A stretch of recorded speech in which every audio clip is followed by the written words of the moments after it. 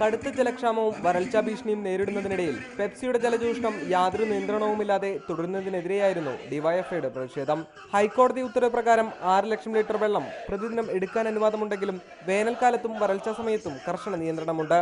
വരൾച്ചാ സമയത്ത് കുടിവെള്ളത്തിനല്ലാതെ മറ്റ് ആവശ്യങ്ങൾക്കായി ഒരു ദിവസം 1.5 ലക്ഷം ലിറ്ററിലധികം വെള്ളം എടുക്കരുതെന്ന സർക്കാർ ഉത്തരവ് കമ്പനി ലംഘിക്കുന്നുവെന്നും ഡിവൈഎഫ്ഐ കുറ്റപ്പെടുത്തി. കഞ്ചിക്കോട് നിന്നും കമ്പനിയിലേക്ക് നടത്തിയ പ്രതിഷേധ പ്രകടനം കമ്പനിക്ക് മുൻപിൽ പോലീസ് തടഞ്ഞു.